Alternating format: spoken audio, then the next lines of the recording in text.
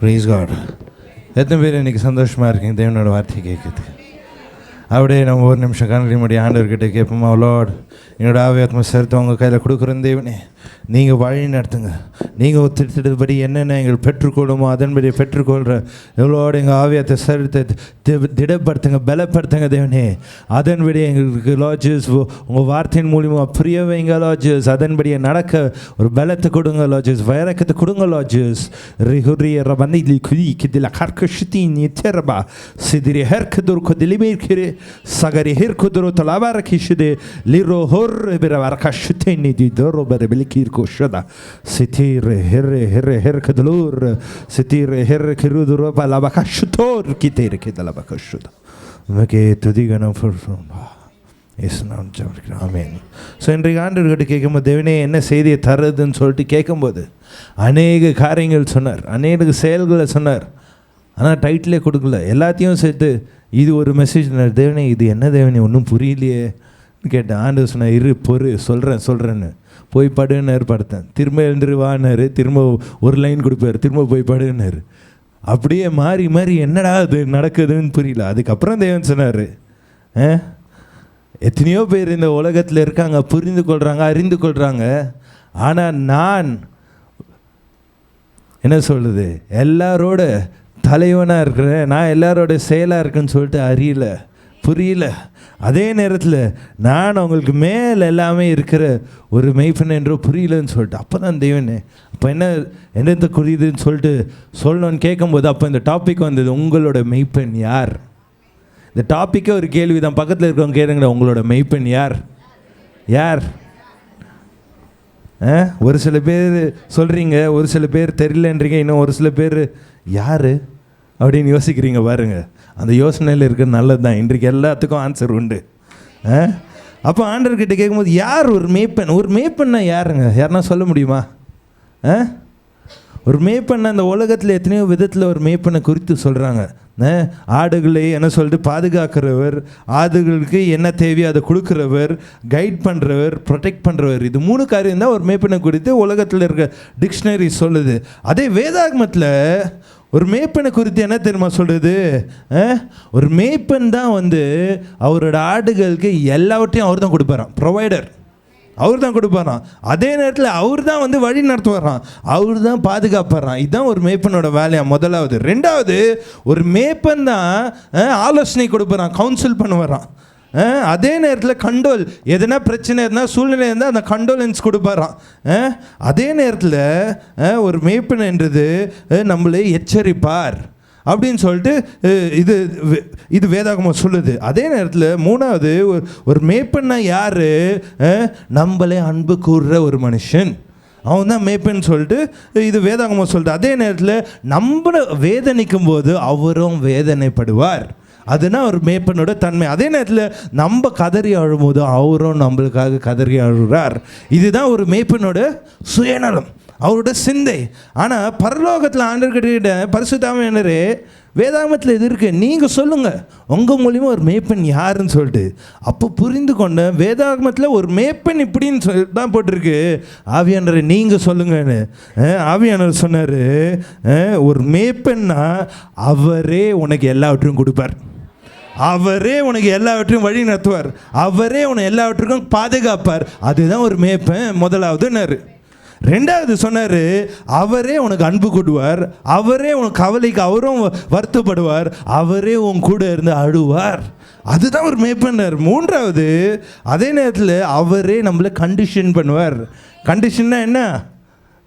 நம்மளை திடப்படுத்தி பலப்படுத்துறதுக்கு. எப்படி என்ன சொல்கிறது, ஒரு சில தொழிலில் ஒரு சில வேலைகளில் ஒரு அடுத்த நிலைமை போனோன்னா அவங்க மைண்டை, அவங்க பாடியை எல்லாம் ஒரு ஸ்ட்ரெஸ்க்குள்ளே கொண்டு போவாங்க பாருங்கள். ஒரு வழி நேரத்துக்குள்ள ஒரு ஒர்க் அவுட் பண்ணுறாங்களும் சரி, ஒரு செயல் பண்ணுறாங்க சொல்லி அடுத்த நிலைமை கொண்டு போவாங்க.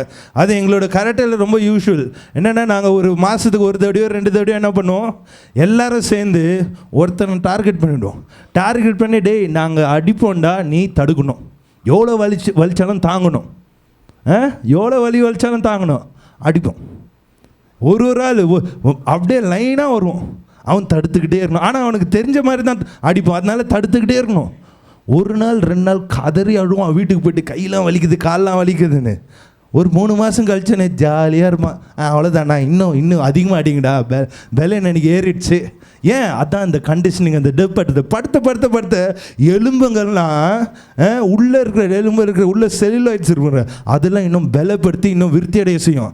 வெளியில் ஒரே மாதிரி தான் இருக்கும் எலும்பு, ஆனால் உள்ளே இருக்க பெலனும் இரும்புக்கு அப்பாற்பட்ட பெலன், அதுக்கு மேலே இருக்க பெலன்கள் அதுக்கேற்ற மாதிரி வல்லமை ஏறிக்கிட்டே இருக்கும். அந்த மாதிரி தேவனும் நம்மளோட சரீரத்தை ஒரு சில நேரத்தை கண்டிஷன் பண்ணுவாருங்க, அடுத்த நிலைமைக்கு போகிறதுக்கு அதை திடப்படுத்துவார். அந்த திடப்படுத்தல வேணான்னா நீ அடுத்த ஆசீர்வாதம் போக முடியாது.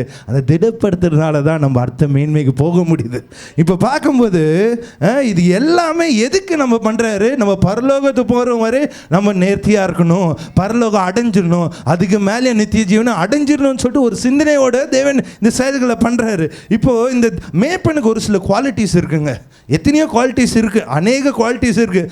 ஆனால் ஒரு சில குவாலிட்டிஸ் உங்களுக்கு தெரிஞ்சது, ஒரு சில குவாலிட்டிஸ் உங்களுக்கு தெரியாதது, ஒரு சில குவாலிட்டிஸ் தெரிஞ்சாலும் நான் ஒரு சில சொல்ல மாட்டேன். ஏன்னா கொஞ்சம் தான் டைம் இருக்கிறதுனால ஒரு சிலதை மாத்திரம் சொல்ல பாருங்க. முதலாவது, ஒரு மேய்ப்பன் அவரோட நாவில் உண்மை இருக்குங்க, உண்மை மாத்திரமே இருக்கும். ரெண்டாவது, அவர் நம்மளுக்கு மேலே விசுவாசிப்பார், நம்ம கீழே விழுந்தாலும் சரி அவர் உண்மை உள்ளவராக இருப்பார், அந்த ஃபெய்த்ஃபுல்னஸ் அதில் உண்மையாக இருப்பார். மூணாவது, அவர் நம்மளுக்கு அன்பை கொடுப்பார். அவரை போல் அன்பை கொடுக்கறது உலகத்தில் யாரும் இல்லைங்க. எத்தனை பேர் இருந்தாலும் எத்தனை காரியங்கள் இருந்தாலும் அவரை போல் அன்பு கொடுக்குறது கிட்டே வராதுங்க. ஏன்னா அவர் கொடுக்குற அன்பு உன்னோட சரீரத்துக்குள்ளே அப்படியே காட்டுற போல் வந்தாலும் உன்னோட ஆத்துமாருக்கு அப்படியே இழைப்பாறுதல் கொடுக்கும். அந்த அன்பு உலகத்தில் யாரும் தர முடியாதுங்க, அது தேவனால் மட்டும்தான் முடியும் பாருங்க. அதுக்கப்புறம் நாலாவது, கேரிங். அவர் கேர் பண்ணுவாருங்க. உங்களுக்கு என்ன தேவை, என்ன பண்ணுன்னு சொல்லிட்டு கேர் பண்ணுவார். அதுக்கப்புறம் பிளஸ் பண்ணுவார், உங்களை ஆசீர்வதிக்கிறார். அவர் ஒருத்தர் தான். உலகத்தில் எத்தனை பேர் நான் உன்னை ஆசீர்வதிக்கிறேன் இது அதுன்னு கையில் கொடுப்பாங்க, அது அவ்வளோதான், அதோட நின்றுடும். ஆனால் தேவன் ஆசீர்வாதம் நித்தியமாக நிற்குங்க. சந்ததிகள் பேசும். சந்ததிகளில் ஒரு சில பேர் சொல்லுவாங்க பாருங்க, இது எங்கள் தாத்தாவோட வாட்சு ட்ரங்க் பட்டி, இது அந்த சந்ததிகள் பேசும்படி அந்த ஆசீர்வாதம் அப்படியே நிலை நிற்கும். அது தேவனால் உண்டாக்குற காரியங்கள். அதே நேரத்தில் ஆறாவது, கோபத்துக்கு பொறுமை உள்ளவர். கோபத்துக்கு மிகவும் என்ன சொல்லுது, அதை படிங்க. அந்த சங்கீதம் 145:8 படிங்க. கர்த்தர் இரக்கமும் மன உருக்கமும் நீடிய சாந்தமும் மிகுந்த கிருபையும் உள்ளவர்.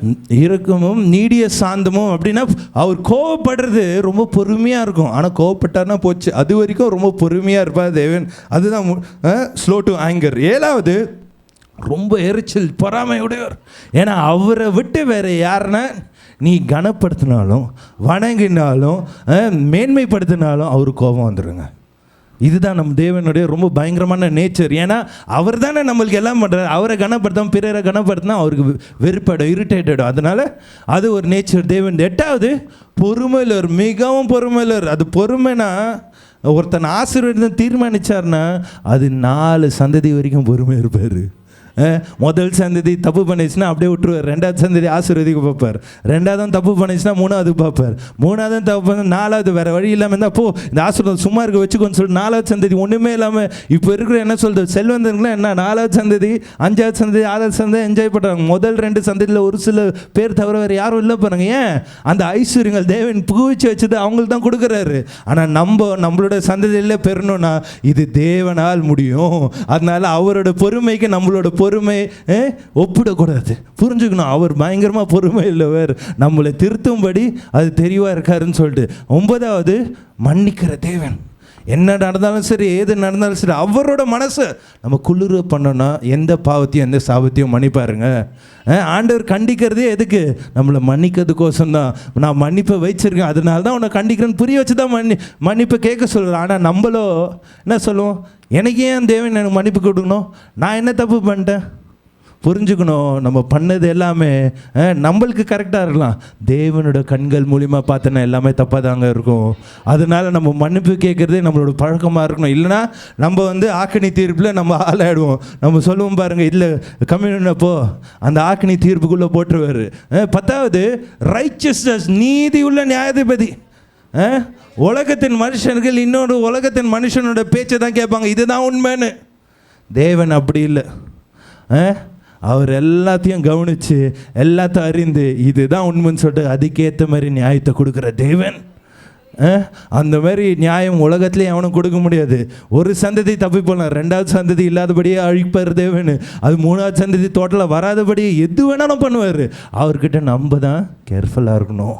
ஆண்டவர்கிட்ட 11வது அவருக்கு வேறுபாடே இல்லைங்க, ஃபேவரட்டிசம் இல்லை. நிறைய பேருக்கு நம்ம எங்கே போனாலும் எனக்கு ஒரு ப்ரையாரிட்டி வேணும், எனக்கு ஒரு தேவை வேணும். எல்லா இடத்துலையும் உலகத்தில் எங்கே போனாலும் ஒரு இது இருக்கும் பாருங்க, என்ன சொல்கிறது, ஃபாஸ்ட் பாஸ் செக்ஷன் இருக்கும், ஒரு விஐபி செக்ஷன் இருக்கும், இது எல்லாமே இருக்கும் பாருங்க.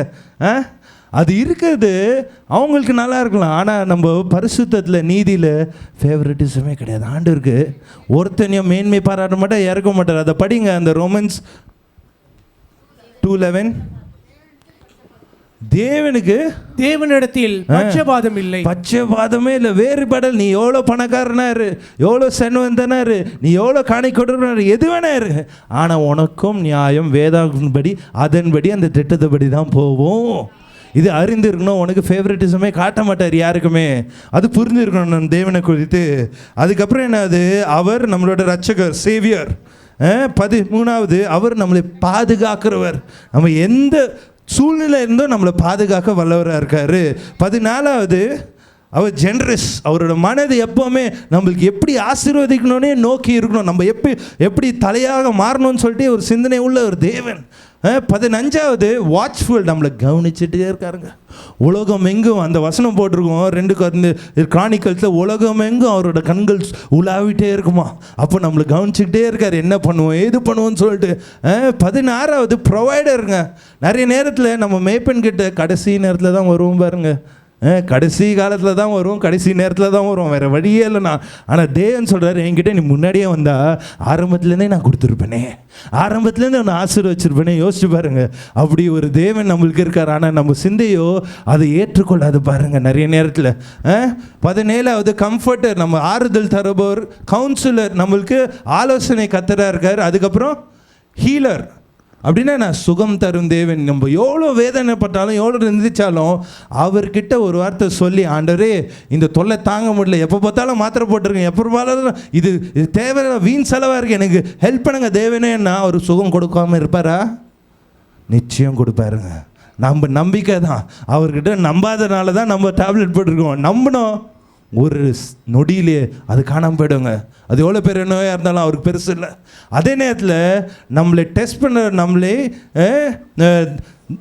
சோதிக்கிறவர். அப்படின்னா என்ன, நம்ம சோதனைக்குள்ளே கொண்டு போகிறது தான் தேவன் தான். ஏன் சோதிக்கிறாரு?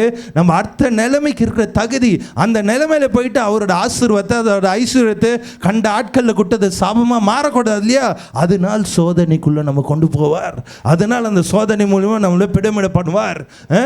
21வது என்னது, சபிப்பவரும் அவர் தான். நம்ம எதனா தப்பு பண்ணாலும் ஆண்டவர் சபிப்பாருன்னு சொல்லிட்டு ஒரு பயம் நம்மளுக்கு இருக்கணும், ஒரு உணர்த்துதல் இருக்கணும். அது உணர்த்துதலுக்காக இதெல்லாம் காரியம் போட்டிருக்கேன் பாருங்கள். இது டியூட்ரானமியில் எல்லா விதத்துலையும் இருக்கும். அது படிச்சிங்கன்னா இப்போ வேணாம், அது நாளைக்கு காலைல தான் முடிப்போம் அதெல்லாம் படிச்சோன்னா.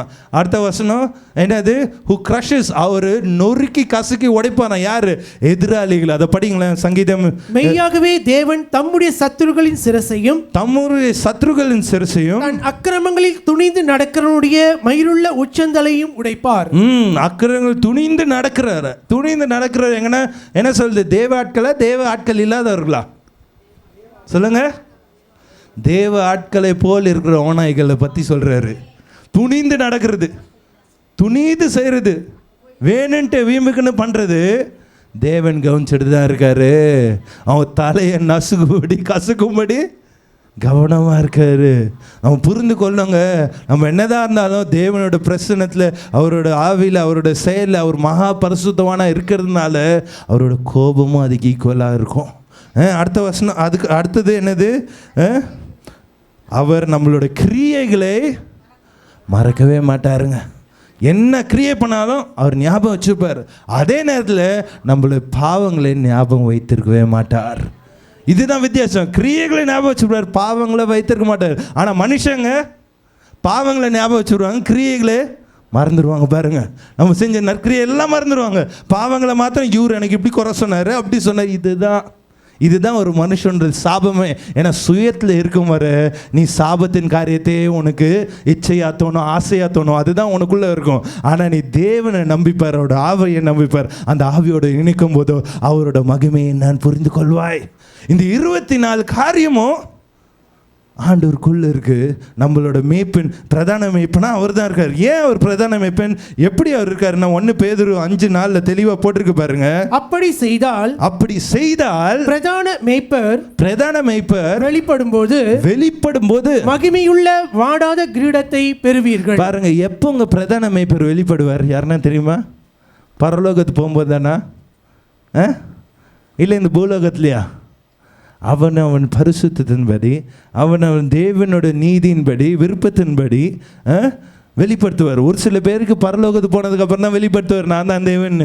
ஒரு சில பேருக்கு இந்த பூலோகத்திலே ஜெபிக்கும் போது கண்ணுக்கு முன்னாடி வருவார், காட்சி அளிப்பார், கண்ணுக்கு முன்னாடி அவர் முகத்தை காட்டுவார். எத்தனையோ பேர் எனக்கு தெரியும், என்னோட நண்பர்கள் என்ன சொல்கிறது எக்ஸ்பீரியன்ஸஸ் பயங்கரமாக இருக்கும். ஏன்னா அவரோட பிள்ளைகள் உண்மையாக இருக்காருன்னு சொல்லிட்டு புரிய வைப்பார். அது புரியும் போதோ உனக்கு தெரியும் நம் தேவன் சும்மா இல்லை, நம்மளுக்காக எப்போவுமே சண்டை போடுறாருன்னு சொல்லிட்டு. ஒரு சில நேரத்தில் நான் சொல்லிட்டு ஒரு 5ஆவது ஒரு 6 டைம் சாகிற நிலைக்கு போகும்போது தேவன் அங்கே நான் அழுதுட்டு இருக்கேன், இந்த சைடில் ஆண்டவர் சொன்னேன், நீ மாற்றமாக அழுற என்ன பாருன்னார். அவரும் அழுதுட்டு இருக்காரு. என்ன தேவனே நீங்கள் ஏன் அழுகுறீங்கன்னு. நீ அழும்போது நானும் தாண்டா அழுகுறேன். அப்போ தேவனே சரி இதுக்கு ஒரு உத்தரவு கொடுங்களேன், என்ன பண்ணுங்களேன்னு கேட்கும்போது அப்போது ஒரு தேவதூதனை கூப்பிட்டு டே இதை பண்ணுறான்னார். அவன் 14 அடிக்கு மேலே இருக்கான். ரைட்டில் ஒன்று லெஃப்டில் ஒன்று நிற்க வச்சார். என்னை நடுவில் உட்கார வச்சு நீ உட்காரு நான் அவனை பார்த்துக்கிறேன்னு சொல்லிட்டு உடம்புல அந்த தேவதூதன் கை படுறதை பார்த்த பட்டு அப்படியே ஒரு பலன் வந்தது பாருங்க. எனக்கு 16 வயசில் கூட அவ்வளோ பலன் இருந்ததில்ல, அந்த மாதிரி ஒரு பலன் இறங்குச்சு. அப்போ நான் கேட்டேன், தேவனே இது என்ன பலன், இது எதுக்குன்னு. ஆண்டவர் சொன்னார், இனி வரப்போகிற காரியங்களை உன்னை எதிர்ப்பவன் எவனை தான் நான் எதிர்ப்பேன்னாரு. அப்போ எனக்கு புரியல. ஒரு 2-3 நாள் கழித்து கேள்விப்படுறேன் யாரெல்லாம் என்னை நிந்திச்சானோ, யாரெல்லாம் எனக்கு எதிர்த்த வந்தாங்களோ பேரே இல்லாதபடி காணாம போயிட்டாங்க. தேடி பார்க்குறான், ஆளை காணோம். என்ன தேவனே என்ன? ஆண்டவர் சொன்னார், நானும் கூட இருந்தேன்ல, நான் சும்மா இருக்க மாட்டேன், எனக்கு வெறி பிடிச்ச வேலை என் வேலையை காட்டேன்டா, நீ ஏன் பிள்ளைடா, நீ கவலைப்படாத. இது தேவன் ஒருத்தனுக்கும் வச்சிருக்க உரிமை. அந்த உரிமையை நீ பெற்றுக்கொள்ளணும்னா அவரோடு நீ வாழ்கிற வாழ்க்கையை வாழணுங்க, அவரை நம்பணுங்க. ஆனால் நிறைய பேர் நம்ம நினைக்கிறோம், எனக்கு எதுக்கு எனக்கு தேவன் ஒரு மேய்ப்பனாக இருக்கணும், எனக்கு எதுக்கு ஒரு மேய்ப்பன் இருக்கணும்னு சொல்லிட்டு யோசிப்போம் பாருங்க. தெரிஞ்சுக்கணும், நம்மளுக்கு ஒரு மேய்ப்பன் இருந்தால் தான் நம்ம வழிநடத்தப்படுறது கரெக்டாக, நம்ம எடுக்கிற டெசிஷன்ஸ் தீர்மானிக்கிறது கரெக்டாக இல்லையான்னு தெரியும். சின்ன வயசில் நம்ம எத்தனையோ என்ன செயல்கள் பண்ணும்போது யார் நம்மளை தண்டிக்கிறாங்க? நம்மளோட அப்பா அம்மாங்க, கார்டியன்ஸ். அப்பா அம்மா இல்லைன்னா கார்டியன்ஸ், அவங்க தண்டிக்கிறாங்க இல்லையா, சொல்கிறாங்க இதுதான் கரெக்டு இதுதான் தப்புன்னு சொல்லிட்டு சொல்கிறாங்க பாரு. ஒரு காலத்துக்கு அப்புறமா அதே நம்மளுக்கு ஒரு நிந்தையாக மாறிடுது, அதே ஒரு வெறுப்பாக மாறிடுது. அதனாலவே நம்ம தேவனை பார்க்கும்போதும் அதே வெறுப்பில் பார்க்குறோம், அதே கோபத்தில் பார்க்குறோம், அதே என்ன சொல்கிறது இன்டென்ஷனில் பார்க்குறோம். அதனால தான் நிறைய நேரத்தில் நம்ம சொல்கிறது ஒரு சில நேரத்தில் நான் சொல்கிறது உங்களுக்கு புரியாது, நான் கரெக்டாக நினச்சதுலாம் தேவனுக்கு எதிராக இருக்கும். அது எப்படி இருக்கும்? சாதாரணமாக சிம்பிளாக சொல்கிறோம் பாருங்கள். ஒரே ஒரு எக்ஸாம்பிள், டைம் கம்மியாக இருந்தாலும் ஒரே ஒரு எக்ஸாம்பிள். பிறந்ததுலேருந்து அவங்க அப்பா அம்மா கொலைகாரங்களாக இருந்தாங்களா, பிள்ளைக்கும் அந்த கொலை சாதாரணமாக வரும். இது ஒரு நற்கிரியைன்னு நினச்சிப்பான் பிள்ளை. கரெக்டாக சரியா தவறா? அவன் மனசில் கரெக்டு, ஆனால் நம்ம மனசுலேயே தப்புன்னு வரும்போது தேவனோட மனசில் யோசிச்சுப்பார். அது போல் கொலர்காரலையும் மனம் திரும்பி தேவனோட ஊழியத்தை பண்ணும்போது நம்மளோட பிரான்ச் பேச்சஸ் எத்தனையோ பேர் இருக்காங்க. அப்போ யோசிச்சு பாருங்க, தேவனால் முடியாத காரியம் ஒன்றும் இல்லை, ஆனால் நம்ம அவரோட வார்த்தையின்படி நடக்கிறது நம்ம தயாராக இருக்குமா? இதுதாங்க கேள்வி. இப்போ புரிஞ்சுக்கணும், தேவனுக்கு புரிந்து கொள்வது நம்மளோட புரிந்து கொள்ள கொஞ்சம் மாற்றிக்கணும். என்ன, உன்னோட ஆவியாத்மா சரீரத்தை உன் குடும்பத்தின் அடிமைத்தனத்தை விட்டு அவரை பார்க்க கவனிக்கணும். ஏன் தெரியுமா? அந்த குடும்பத்தின் அடிமைத்தனம் எப்படி தெரியுமா ஒன்று மேனிப்புலேட் பண்ணிடுச்சு சொல்லட்டா, சொன்னீங்கன்னா நம்பவே மாட்டீங்க. இது எல்லாமே ஒரு ஆளுக்கும் நடந்திருக்கும். முதலாவது எப்படி மேனிப்புலேட் பண்ணிச்சு? ஓவர் பொசசிவ்னஸில், ஓவர் கண்ட்ரோல், ஓவர் டாமினேஷன். என் பிள்ளை எது பண்ணாலும் சரி நான் அதை விட மாட்டேன், நான் தான் எல்லாத்தையும் தீர்மானிப்பேன்னு சொல்லிட்டு அப்பா அம்மா இருப்பாங்க பாருங்கள். ஒரு வயசு வரைக்கும் நல்லது, ஒரு வயசுக்கு மேலே அது ஒரு கெடுதியாக மாறிடுது. அந்த வயசுக்கு மேலே அது எப்படியா மாறிடுது, அந்த பிள்ளைக்கு ஒரு சுயநலமே இல்லாமல் மாறிடுது. ஒரு என்ன சொல்கிறது, ஒரு தைரியமே இல்லாத ஒரு பிள்ளையாக மாறிடுறான். ஏன்னா எல்லாம் கண்ட்ரோல் பண்ணி அதோட ஆசைகள் எதுவுமே வெளில வர்றதில்ல, அதோட அவுட்டு, அது மாதிரி மாறிடுது. ரெண்டாவது ஒப்சஷன்.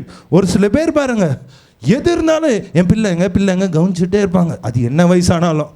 ஒரு சில பாட்டிமார்களே பார்த்துருக்கேன், என் பிள்ளை போச்சுமா இங்கே தான் என்ன எம்மா எப்போம்மா போச்சு, ஒரு நிமிஷம் ஒன்றால் இருக்க முடியல இல்லாமல் என் கண்ணுக்குள்ளேயே தான் இருக்கணும்னு கண்ணு நொல்லையாடு போதுமா, ஏற்கனவே பவர் -6, இதுக்கு மேலே -12 உலகில் கிடைக்காதுமா, பார்த்துமா.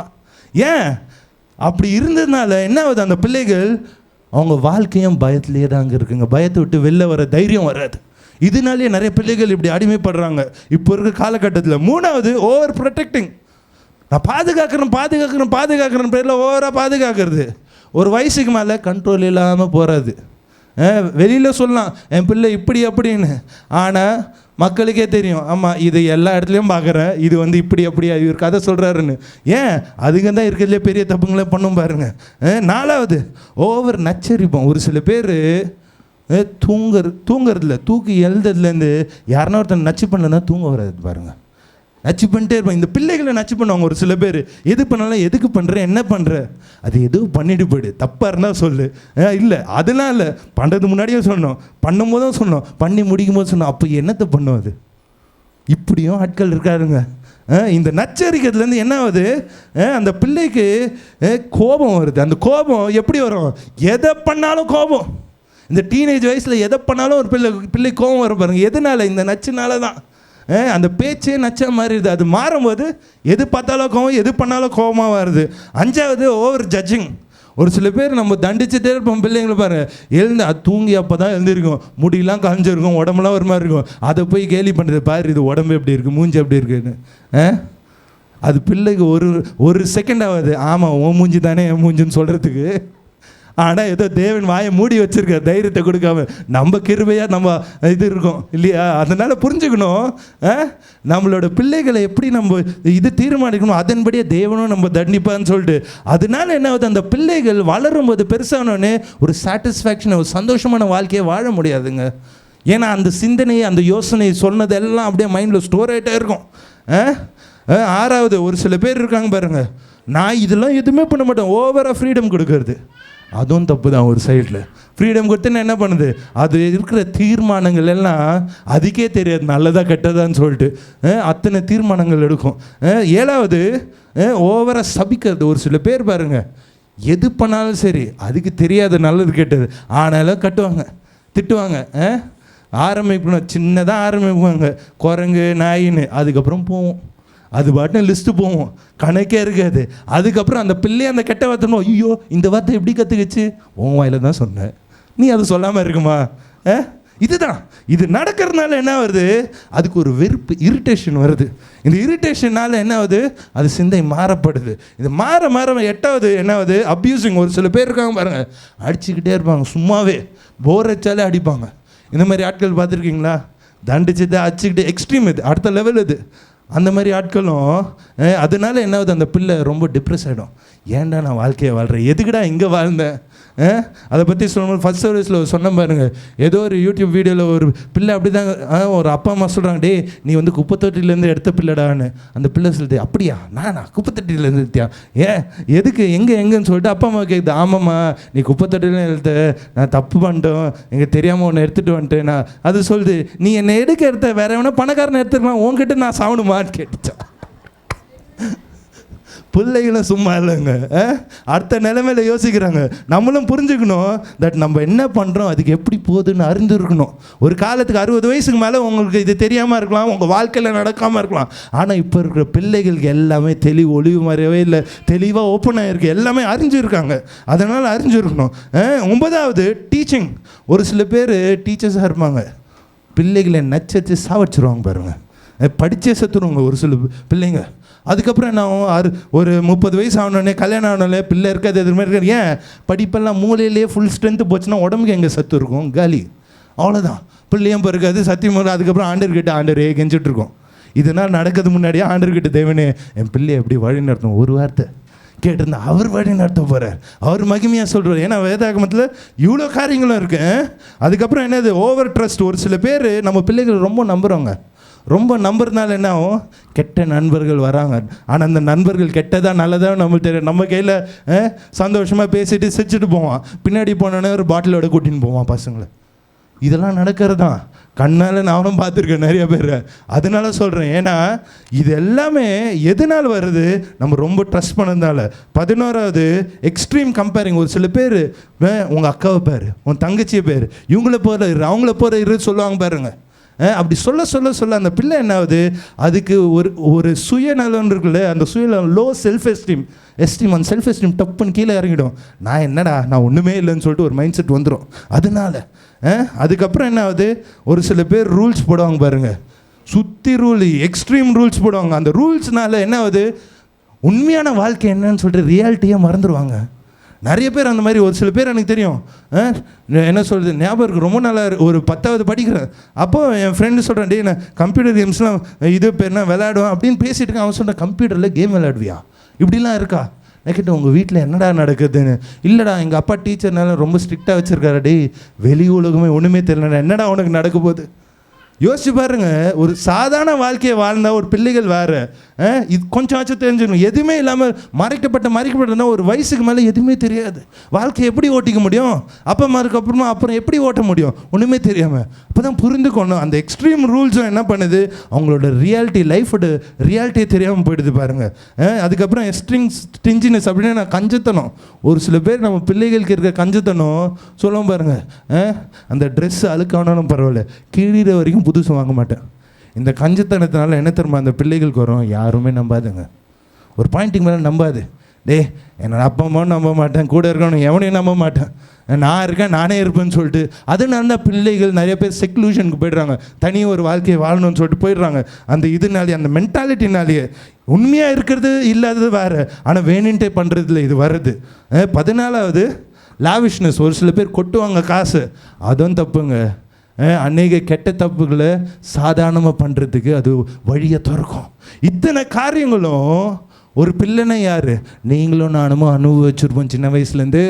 இதெல்லாம் அனுபவிச்சதுனால இந்த அனுபவத்தோடு நீ தேவனை பார்த்தனா தேவன் யாருன்னு உனக்கு புரியாதுங்க. அவர் ஒரு மேய்ப்பன்னு சொல்லிட்டு புரியாது. ஏன்னா அந்த சிந்தனை தான் இருக்கும், அந்த அடிமைத்தனம் தான் இருக்கும், அந்த கஷ்டம் தான் இருக்கும். அதை விட்டு எப்போ நீ வெளியில் வரியோ, அதை விட்டு இது எனக்கு வேணாம், நான் தேவன், உண்மையான தேவனை ஆராதிக்கணும், உண்மையான தேவனை நான் பார்க்கணும், நீ வந்துட்டானா உனக்கு அவர் மெய்யா யாருன்னு காட்டுவாருங்க.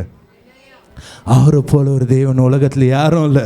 அவரோட கேரக்டரும் சரி, அவரோட நேச்சரும் சரி உலகத்தில் யாரும் புரிஞ்சுக்க முடியாது. ஆனால் ஆவியில் உணரும் போதோ உன்னோட ஆத்துமா களி கூறும் பாருங்க, தூங்க விடாதவன. இதை நான் எடுத்துகிட்டு படுக்கிற தூக்கம் வரல, 2 மணி 3 மணி 4 மணி உடம்பு தான் படுத்துட்ருக்கு. இது ஆவியும் ஆத்மாவும் அது பார்த்து குடிச்சிட்ருக்குடே. இது எப்படா சொல்ல போகிறோம், ஏன் தேவனோட வெளிச்சம் வரும்போதோ உனக்கு தூக்கம் வராது. ஒன்று சும்மா இருக்க விடாது, ஏதோ ஒரு காரியத்தை பண்ணி தேவனை மகிமைப்படுத்தும் மாதிரி உன் சிந்தை மாறிக்கிட்டே இருக்கும். இது எல்லாமே நடக்காதனால இந்த 14 காரியத்திலும் 14னா என்ன, எபிரேயன் படி ஒரு விடுதலை வேணும். இந்த 14 காரியத்தில் நம்மளுக்கு விடுதலை வந்தாலே போதும். தேவன் நம்மளோட மேய்ப்பன், எப்படி அவர் நம்மளுக்கு இருப்பார்னு எல்லாவற்றையும் கிளீனாக தெளிவாக புரியும்படி தேவன் புரிய வைப்பார். ஜான் சாப்டர் 10 verses 25 to 30 படிங்க. இயேசு அவர்களுக்கு பிரதியுத்தரமாக, அதை உங்களுக்கு சொன்னேன், நீங்கள் விசுவாசிக்கவில்லை. பாருங்க, நிறைய நேரத்தில் தேவன் நம்மளுக்கு எத்தனையோ காரியங்கள் சொன்னாலும் விசுவாசிக்க முடியல. ஏன்? இந்த சிந்தனையோட தான் அதை பார்த்துருக்கோம். நம்மளோட அடிமைத்தனம், நம்மளோட வேர்கள், நம்மளோட பூர்வீக, இந்த சாபப்பட்ட காரியங்களே யோசிச்சதுனால தான் தேவனோட வெளிச்சத்தின் காரியங்களை நம்ம புரியல. அடுத்த வசனம், என் பிதாவின் நாமத்தினாலே நான் செய்கிற கிரியைகளே என்னை குறித்து சாட்சி கொடுக்கிறது. பாருங்க, என் பிதாவின் நாமத்தில் செய்கிற கிரியைகளே எனக்கு சாட்சி கொடுக்குது. ஆனாலும் நான் உங்களுக்கு சொன்னபடியே நீங்கள் என் மந்தையின் ஆடுகளாய் இராதபடியினால் விசுவாசியாமல் இருக்கிறீர்கள். அவரோட மந்தையின் ஆடுகளா நம்ம சேராதபடியால நம்ம விசுவாசியா இல்லை. ஆனா நம்ம மந்தையின் ஆடை மாறும்போதோ படிங்க அடுத்த வசனம், என் ஆடுகள் என் சத்தத்திற்கு செவி கொடுக்கிறது. அவரோட சத்தத்துக்கு செவி கொடுக்குது. நான் அவைகளை அறிந்திருக்கிறேன், அவரை அறிந்து இருக்கிறேன், அவைகள் எனக்கு பின் செல்கிறது. அவைகள் எனக்கு பின் செல்றது. இதான் தேவன் சொல்றாரு பாருங்க. அப்படின்னா என்ன, நம்ம என்ன நடந்தாலும் சரி, எப்படி இருந்தாலும் இருந்தாலும் சரி தேவனோட நம்ம பின் செல்ற ஒரு என்ன சொல் சிந்தை உள்ளவர்களாக நம்ம மாற்றுவோம். அதுதான் ஆண்டவர் சொல்கிறாரு. அது இப்போ நான் கேட்குறேன், யார் ஒரு மேய்ப்பன்?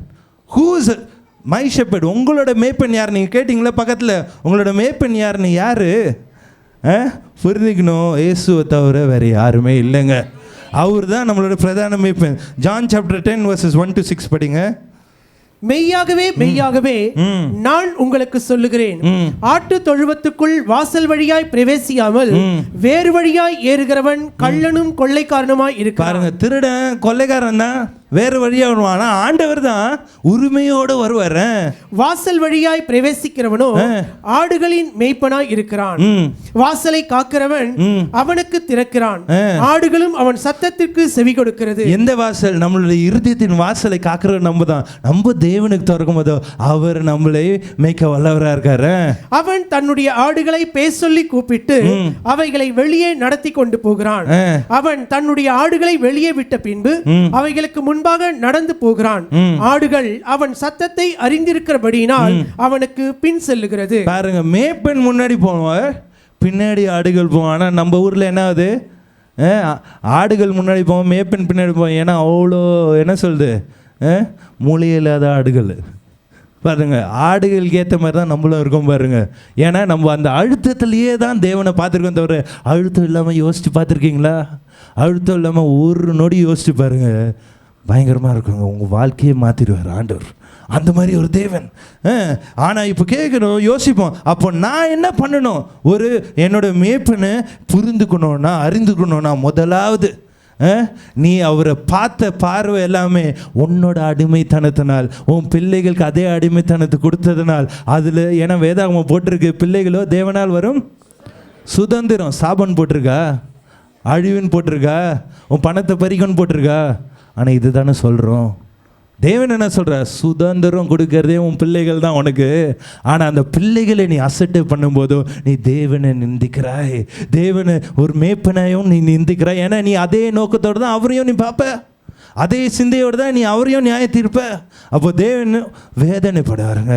அதனால புரிஞ்சுக்கணும், நம்ம தேவனோட சிந்தை உள்ள பிள்ளைகளாக தேவன் ஒரு மேய்ப்பனாக பார்க்கணுன்னா இது எல்லாத்தையும் நிறுத்திட்டு, ஆண்டவரே நீங்கள் யாரை எனக்கு காட்டுங்க, என் மைண்டில் எதுவுமே இல்லை, பிளாங்க் ஸ்லேட்டாக இருந்து பாருங்க, பயங்கரமான ஒரு அதிசயத்தை நீ பார்ப்ப. அப்படி தான் எனக்கு நிறைய நேரத்தில் காண்பிச்சார், புரிய வச்சார், இப்படி தான் இருக்கணும், அப்படி தான் இருக்கணும். அப்போ எனக்கு புரியல, ஏன் தேவனை இதெல்லாம், எதுக்கு இதெல்லாம் போட்டிருக்கு? அன்னையனை போல் தான் நானும் இருந்தேன், வேதாவும் வச்சு அத்தனை டைம் ஒரு 5 டைம் 6 டைம் படித்தாலும் எதுக்கு தேவனே இப்படிலாம் இருக்கணுமா, இப்படிலாம் இருந்தாங்களா, எனக்கெல்லாம் அதுலாம் கொடுக்கல, நன்றி தேவனேன்னு. ஆனால் புரிந்து கொண்டேன், அப்படிலாம் இருந்தால் தான் வாழ்க்கையை ஓட்ட முடியும், இல்லைன்னா சாபமான வாழ்க்கை தான் சொல்லிட்டு அதுக்கப்புறம் புரிந்ததுக்கப்புறம் நடக்க ஆரம்பித்ததுலேருந்து அதில் இருக்கிற என்ன சொல்கிறது மகிமை சந்தோஷம் எதுலேயும் இல்லைங்க. நீ எது பண்ணாலும் தேவன் நிர்ணயிப்பார், எஸ் இதுதான் கரெக்ட், இதுதான் கரெக்ட், இதெல்லாம் கரெக்டு. அதே நேரத்தில் நீ உன் சுயத்தில் பண்ணி எல்லாத்தையும் கணக்கு கொடுக்க ரெடியாரு. ஏன்னா நீ எப்போ ரசிக்கப்பட்டு அன்னைக்குலேருந்து நீ எவ்வளோ சம்பாதிச்சோன்னு சொல்லி எவ்வளோ செலவு பண்ண எல்லாத்துக்கும் தேவன் கணக்கு கேட்க போகிறார். அந்த கணக்கு கேட்கும்போது அவர் விருப்பத்துப்படி செலவு பண்ணியா இல்லை சுயநலத்தில் என்ன பண்ணியான்னு கவனிச்சுக்கிட்டே இருப்பாருங்க. நம்ம தேவனுக்கு நன்றி சொல்லணும், அவர் நம்மளோட மேய்ப்பனாக இருக்கார்ல. நம்மளுக்கு ஒரு சில குட்டி மேய்ப்பர்கள் கொடுத்துருக்காரு. யார்? நம்ம போதகர், நம்ம பாஸ்டமா ரான் இருக்காரு, நான் இருக்கேன், நாங்கள் எல்லாம் சேர்ந்து உங்களுக்கு மேய்ப்பிக்கிறோம். ஏன் இவங்களை போல் யாரும் இல்லைங்க, சத்தியமாக சொல்கிறேன். எந்த வேலையாக இருந்தாலும் எது இருந்தாலும் கையில் அந்த சுத்தம் ஒரு அழுக்கம் இல்லை, பிறர் மாதிரி கிடையாது. ஏதோ தப்பு பண்ணி ஏதோ செயல்கள் பண்ணி எத்தனையோ பேர் நான் பார்த்துட்டேன், வெளியிலேயே எத்தனையோ பேர் பார்த்துட்டு அனுபவத்தை காட்டினார். எத்தனையோ போதர்களே என்கிட்ட அடி வாங்கிட்டு போயிருக்காங்க, அது வெளியில் வைக்கக்கூடிய காரியம். அப்போ தெரிந்து கொண்டேன் எவ்வளோ கெடுது, எவ்வளோ வாழ்க்கை கேவலமாக இருக்காங்க. ஆனால் தேவ சித்தத்துலேயும் சரி, தேவ நீதியிலையும் சரி, தேவ தசமத்துலேயும் உண்மையாக இருக்கிற மேய்ப்பர்களோட வாழ்க்கையோ ஒரு சில நேரத்தில் கஷ்டத்தில் இருக்கும். ஆனால் தேவன் கொடுக்குற வெளிச்சத்தில் மேன்மைப்படும் போது யாராலும் தாங்க முடியாதுங்க. தேவன் நம்மளை கொண்டு போகிற நிலைமை நீ தீர்மானிக்காமல் இருக்கலாம், ஆனால் தேவன் இருக்கேனே தீர்மானித்து வச்சுட்டாரு. அந்த தீர்மானத்தில் நம்ம உண்மையாக இருக்கும்போது அந்த ஐஸ்வர்யம் நம்மளும் பங்குள்ளவர்களாக இருப்போம். இல்லையா நம்ம விட்டு விடப்படுவோம். அதுதான் புரிந்துங்க. இப்போ எப்படின்னா ஒரு என்ன சொல்லுது, இந்த ஷெப்பர்டை புரிஞ்சு பண்ணால் முதலாவது நான் அறிக்கை செய்யணுங்க, ரிப்பெண்ட் பண்ணோம். ரிப்பெண்ட் பண்ணி ஆண்டவரே நான் தப்பாக அவங்கள புரிஞ்சுக்கிட்டேன், தயவாக நான் புரிய வைங்கன்னு சொல்லிட்டு அவர் மேல் நம்மளோட நம்பிக்கையை போடணுங்க. நம்ம அவரை நம்பினாலே போதும், ஆரம்பிக்கப்படும் அந்த புரிதல். ரெண்டாவது, ஒரு ஜெப வாழ்க்கை, ஒரு பரிசுத்த ஜெப வாழ்க்கை, ஸ்பிரிட்டட் ப்ரேயர் லைஃப் அப்படின்னா என்ன? ஒரு ஆவிக்குரிய ஒரு அந்நிய பாஷையின் ஜெப வாழ்க்கையை நம்ம வாழ்க்கையில் நடத்தணும். அது நடத்தும் போது உன்னோட பரிசுத்தம் வளர்க்கப்படும். வளர வளர தேவன் யாரை நீ புரிஞ்சுப்ப. மூணாவது, அவரோட வார்த்தையை மட்டுமே கீழ்ப்படிஞ்சு நடக்கணுங்க. நிறைய பேர் நம்ம பிறர்கிட்ட ஆலோசனை கேட்போம். அவர் நான் ஒன்று சொல்கிறேன், நீ ஒரு 1 லிட்டர் பிஸ்லரி பாட்டில்னா இன்னொரு பிஸ்லரி பாட்டிலை கேட்டு உனக்கு என்ன பிரயோஜனம் இருக்குது? ஆண்டவர் டேங்கரில் அறி, அவர்கிட்ட கேளு, அவர்கிட்ட உனக்கு காட்டுவார். நீ எப்படி பிஸ்லரி பாட்டில்னு டேங்கரில் அறி நீ எப்படி மாற முடியும்னு அவர் கற்று கொடுப்பார். அதான் தேவன். அந்த நிலைமைக்கு நம்ம போகணுன்னா அவரை நம்பினாங்க. இன்றைக்கு எத்தனை பேருக்கு எனக்கு என் மேய்ப்பன் என் தேவன் தான் சொல்கிறீங்க? சொல்கிறாங்க. அப்படியே எழுந்திருப்போமா? ஒரு சில நிமிடங்கள் தான் இருக்குது. நம்ம அறிக்கை செய்யப்படுற தேவனே, ஒலாட் இத்தனை நாட்கள் என்னோட நிந்தையில், என்னோட வேதனையில், என்னோட யோசனையில், என்னோட அடிமைத்தனத்தில் தான் உங்களை பார்த்துருக்கேன். ஆனால் அதை விட்டு பார்க்கும்படி எனக்கு ஒரு வழியை தருங்க. அதை விட்டு யோசிக்கும்படி எனக்கு ஒரு ஞானத்தை கொடுங்க. அதை விட்டு அறிக்கை செய்யும்படி அது ஒரு அறிக்கையை கொடுங்க. அதை விட்டு இருக்கும்படி ஒரு வாழ்க்கையை கொடுங்க தேவனேன்னு சொல்லுவோமா? அதே நேரில் நம்ம அறிக்கை செய்வோமா? நம்மளோட நிந்தனைகள், நம்மளோட ஓவர் எக்ஸ்பீரியன்ஸ், எக்ஸ்ட்ரீம் செயல்கள்னால ஒரு சில பேரோட பிள்ளைகள் எங்கெங்கேயோ இருக்கு, குடும்பத்தில் இல்லை, ஆனால் எங்கெங்கேயோ வாழ்ந்துட்டு இருக்கு, கூட்டவே இல்லை. ஏன்? இதனால தான், இந்த சூழ்நிலை, இந்த செயல்கள்னால தான். இன்றைக்கு ஆண்டவர்கிட்ட அறிக்கை செய்யுமா? யாருன்னா அறிக்கை சொன்னால, தேவனே என்ன மன்னித்து கொள்ளுங்கப்பா, எங்களை மாற்றுங்கப்பா. உங்களை நீராகலே பார்க்க என் சுயநலம் அதுக்கு எதிரே வராமல், என் சிந்தை அதுக்கு எதிரே வராமல், ஏன் யோசனை அதுக்கு எதிரே வராமல், பிறரோட ஆலோசனை எதிரே வராமல், நீராகவே எனக்கு தெரிய என் கண்களை துறங்கப்பான்னு கேட்போமா? கரங்களை உயர்த்தி கேட்போமா? ரே ரோசோத்தோ ரே கதார் ரிபரா பரமரோ சுத்தோ ரிபரே ரிகரோ சுச்சுதுரு கிதிரே கலபோல் ரிபரபோ சுச்சுதுரு கிதிரே. இந்த ஆராதனையில ஒரு சில பேர் உங்களால ஆராதிக்க கூட முடியல, உங்களோட பேச கூட முடியல. இன்றைக்கு ஆண்டவர் சொல்றாரு, நீ அறிக்கை செய், உனக்கு ஒரு புது பாடலை உன்னோட வாயில இருந்து நாவுல இருந்து மாற்றத்தக்க வளவுடனா இருக்கேன். ரோரோசிக்கு தெரஹரபரோ ரிபல பரக செச்சதே ரிபலோர் குதர் குதோ சுத்தர் குதர் குதோ. ஒரு 3 பேர் சுற்றி மக்கள் சொன்ன பொய்னாலே நீங்கள் பயந்துட்டு ஐயோ என்ன நடக்கும் என் வாழ்க்கை, ஐயோ என்ன நடக்கும் என் பிள்ளைக்கு, ஐயோ என்ன எப்படி போவோம், என்ன போவோம்னு சொல்லிட்டு ஒரே குழப்பத்தில் இருக்கீங்க. தேவன் சொல்கிறார், மனுஷனை பார்க்காதே, உன்னோட நம்பிக்கை என் முன்னாடி திருப்பு, நான் உங்களை ஆளாக்குவேன், நான் உங்களை வழி நடத்துவேன்.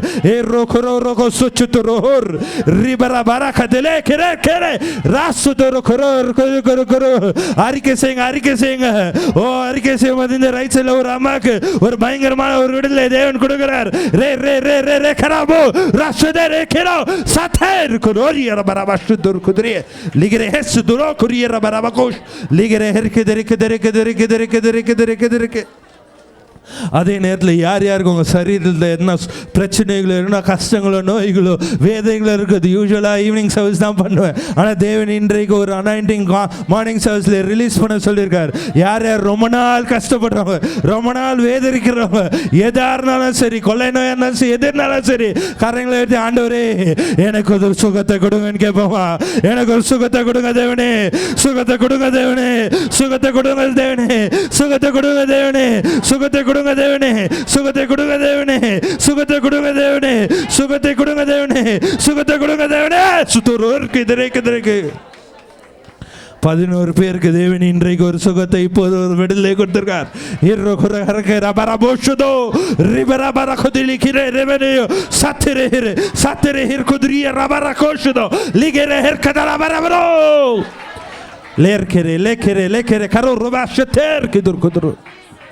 சபே, நீ இந்த அபிஷேகத்தை, இந்த விடுதலை பெற்றுக்கொள்ளாதபடி எத்தனையோ பேர் இந்த ஆராதனைக்கு சுனியம் பண்ணியிருக்காங்க, வசியம் பண்ணியிருக்காங்க, மைய வச்சிருக்காங்க, ஏகம் பண்ணியிருக்காங்க, எல்லாத்தையும் பண்ணியிருக்காங்க. ஆனால் அதுக்கு மேலே தேவன் அவரோட வல்லமை அதை நசுக்கி கொசுக்கி என்னோட பிள்ளைகளுக்காக நான் என்னோட அபிஷேகத்தை இறங்க சொல்லிட்டு இன்றைக்கு இறக்கிட்டு இருக்கார். அவருக்கு கரங்களை தட்டி நன்றி சொல்லுமா எல்லாரும்? Give you glory, Father.